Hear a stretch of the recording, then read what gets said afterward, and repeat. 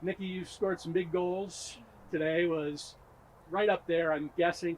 First of all, I guess just take us through the play, and then just what does that goal mean for you?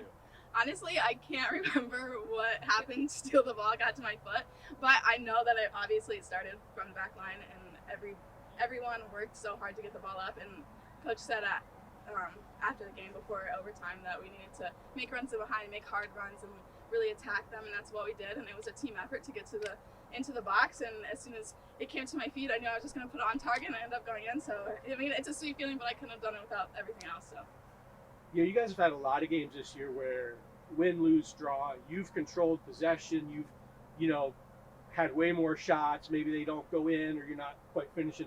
Today was one of the first where it felt like possession was even, or maybe even Toledo had more.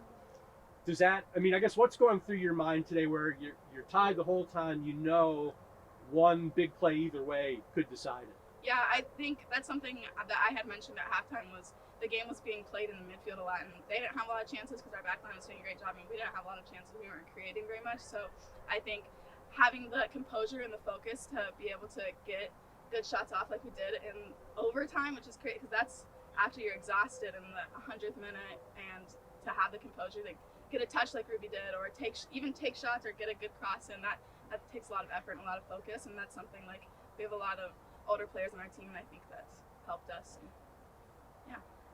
And then the last thing from me, at least, obviously you came into today knowing you have at least one more match. You guys were in the tournament, but now you know there's another game going on. But regardless, you know you're a top two seed.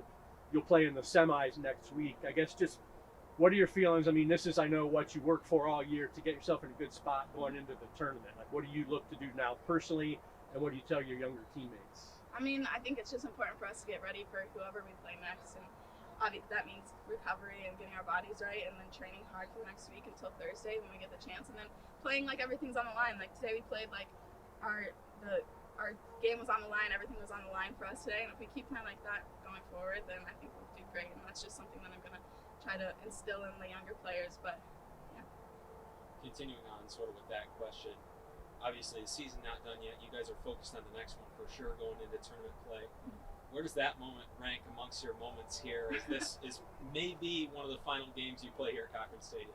Um, it is a really, I mean, it's not above winning conference championships and stuff, but I think that's probably one of my best individual feelings to get a goal. It could be my last game on the field, and I've played a lot of hard games here, so I'm just happy I could do that for my team.